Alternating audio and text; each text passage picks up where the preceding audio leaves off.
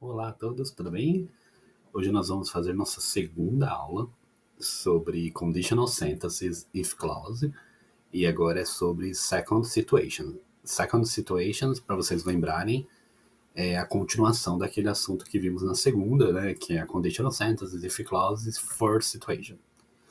A First Situation, ela trabalha com presente e futuro, lembra? Dá uma revisadinha caso você não lembre. Mas a First Situation, ela trabalha com presente e futuro. Então, na mesma frase, eu tenho tanto presente quanto futuro. Então, em português, seria mais ou menos algo assim: eu irei viajar se eu tiver um visto. Você percebe que tem uma condição, tem uma condicional. Para você viajar, você precisa ter um visto. Mas essa condicional, ela está no presente e no futuro. Ou seja, é uma condicional possível. É uma condicional realista, digamos assim. Agora, a second situation, ela é uma condicional que é passado e o condicional, o would em inglês. Então ela é uma condicional que ela não é muito realista, porque ela é meio que assim, se eu tivesse ido viajar naquela época, eu teria estudado inglês. Então você percebe, há uma condição, mas é uma condição lá atrás. Então é uma condição meio irrealista, de certa forma, tá bom? Então a gente vai falar sobre tudo isso nessa aula. Fiquem atentos, qualquer dúvida não esqueçam de digitar aí nos comentários do Teams.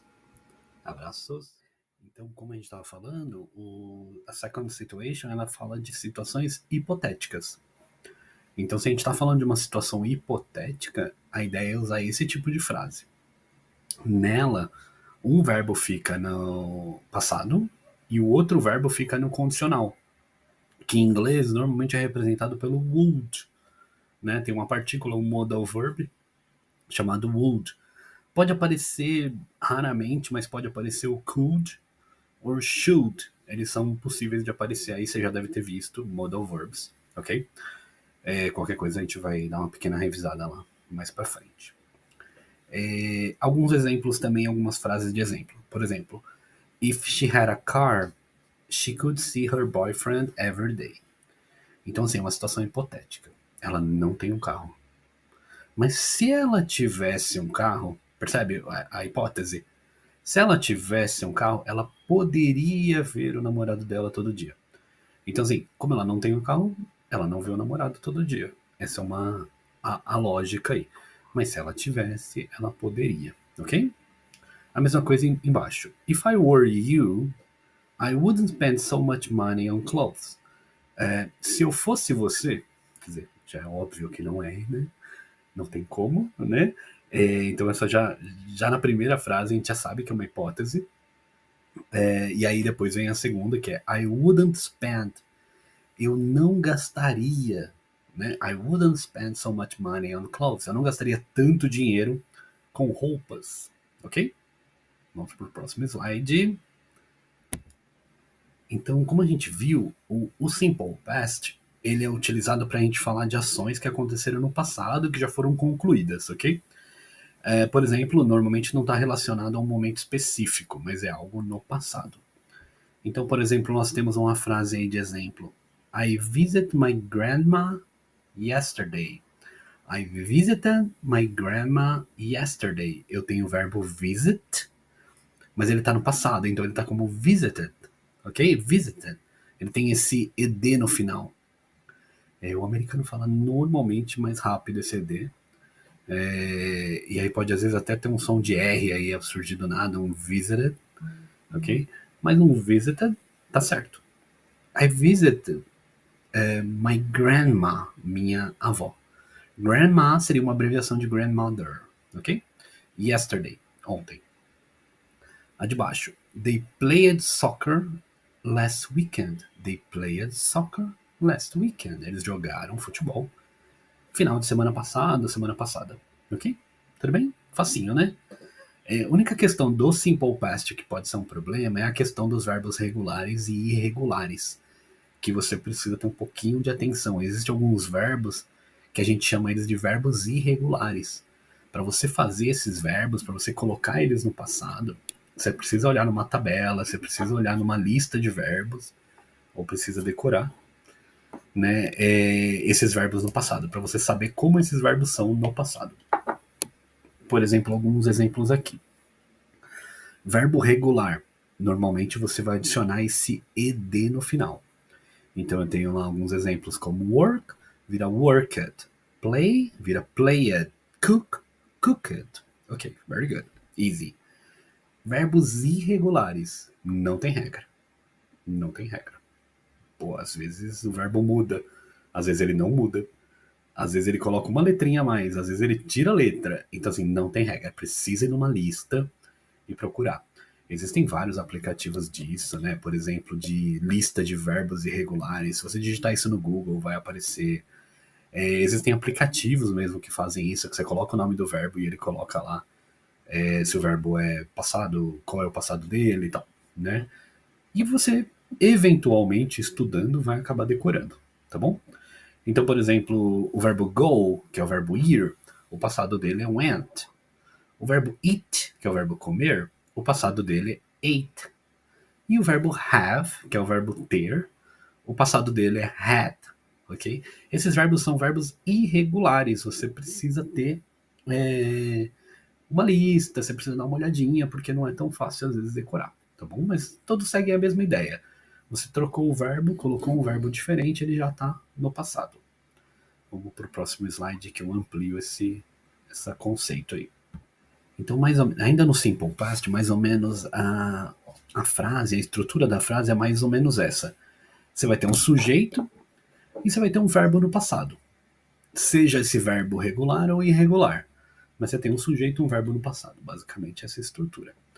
Então tá lá, afirmativa, sujeito, verbo no passado. Por exemplo, she studied English. Pronto. Finished. Essa frase está no passado. She studied English. O verbo é o verbo study, e aí no caso está como studied. And finish. Ok? Olha uma negativa. Às vezes você quer fazer uma frase, você quer falar não, você quer fazer uma negativa. A negativa, ela usa um tipo de auxiliar, que é esse auxiliar did, né? O didn't. Esse tipo de auxiliar é um auxiliar bem normal em inglês, que é um auxiliar de tempo verbal. Depende do tempo verbal, eles têm auxiliares diferentes. O did é o auxiliar do passado. Você já deve ter visto. O do é o auxiliar do presente. Né? No caso, no presente ainda tem dois, que é o do e o does. Lembra? O will é o auxiliar do futuro. E aí vai.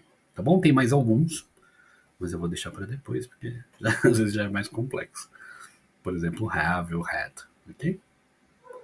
Então, para fazer uma negativa, você coloca sujeito, o didn't e o verbo. Por exemplo, they didn't watch TV last night.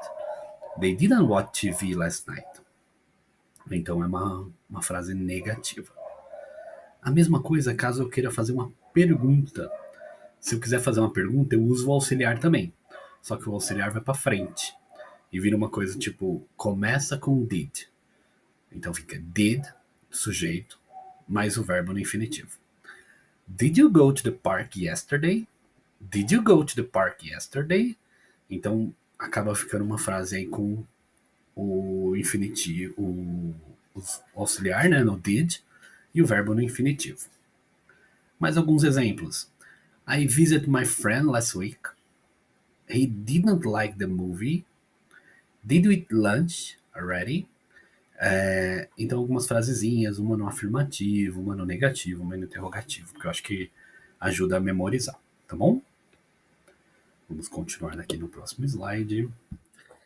Então, nós vimos o passado e agora o conditional, né? O conditional é um modal verb. Normalmente é utilizado a palavra would.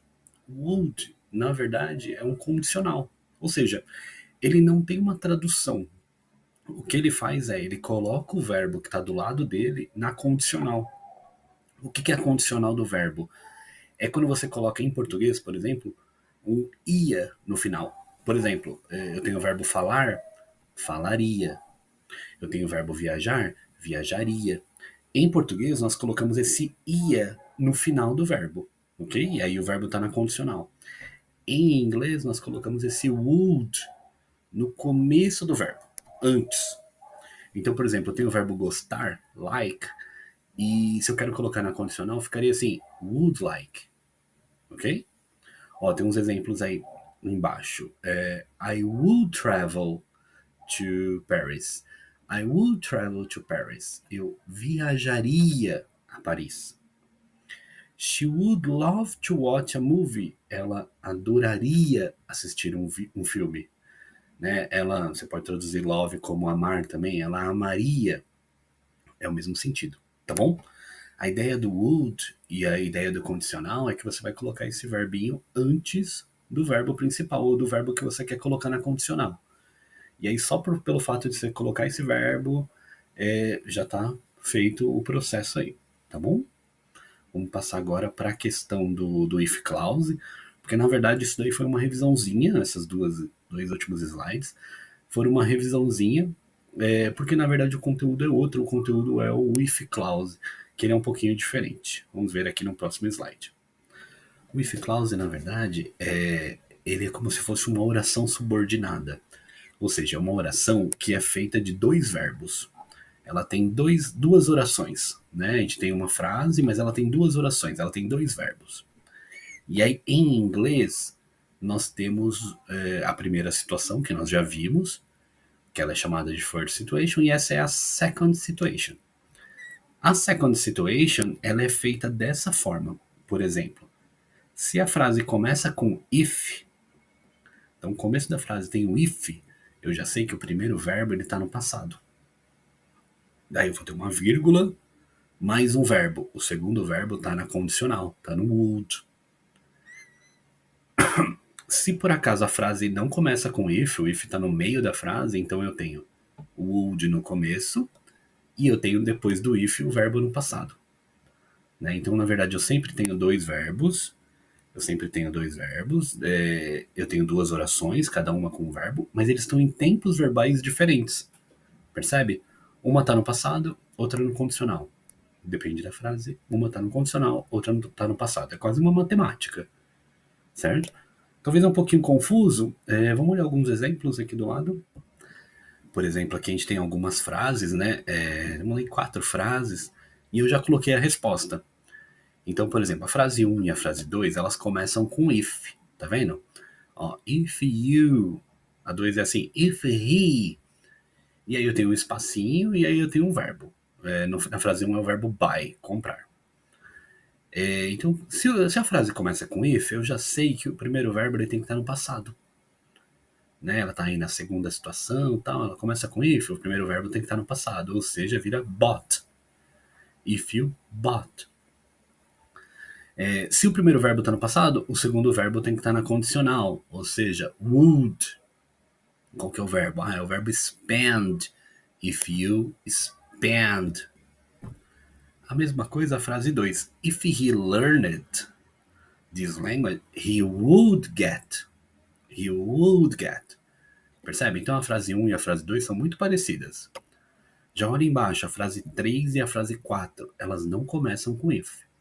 O if não está no começo, o if está no meio. E aí, qual é a lógica? Se o if não começa a frase, essa frase, na verdade, começa no condicional. Então, eu tenho lá o verbo travel, então eu tenho que colocar would travel. Eu tenho o verbo make, então eu tenho que colocar would make. Ok?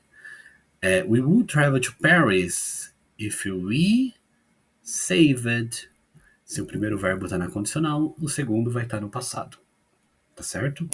Esse tipo de exercício, dá uma pausa no vídeo, tenta ler, ver se você entende a lógica, por que a gente colocou essas respostas. Né? O verbo que está do lado o questionamento e tal. E esse tipo de exercício é bem fácil de fazer exercício sobre isso, fazer uma atividade. Vai ter frases desse tipo. Vamos ver agora no próximo slide, que é o último, um pouco mais sobre isso. Nesse slide a gente também tem um monte de frases, né? São 6 frases, todas na segunda situação, todas if clause, só que eu não coloquei resposta, tá? Nessas frasezinhas aí eu queria que vocês tentassem fazer, ver a resposta, tentar copiar, tentar anotar. Tiver um pouco de dúvida, fala aqui no comentário, a gente responde, né? A gente manda as respostas. Se tiver dúvida, não entendi, a C, a gente pode conversar sobre, para ver se você está entendendo. A lógica é, olha se o if começa a frase. Ó, na A, B e C, ele começa a frase. Isso dá uma dica para vocês. Na D, E e F, não começa a frase com if. Então eu já sei que, por exemplo, na A, B e na C, eu tenho que começar com o verbo no passado. Já na D, E e F, eu tenho que começar um verbo na condicional. Então isso já vai alterando. Eu acho que a partir daí já dá para vocês irem fazendo. É normal ter uma dúvida ou outra, mas já tem uma dica para onde começar. Tá bom? Qualquer problema, deixa nos comentários. A gente vai conversando. Essa aula continua então nos comentários. Não deixa de curtir o vídeo, dar um like. E é isso aí. Obrigado por hoje. Qualquer probleminha, dá uma revisada na aula 1, assiste de novo essa aula 2 e vamos fazer atividades. Abraços.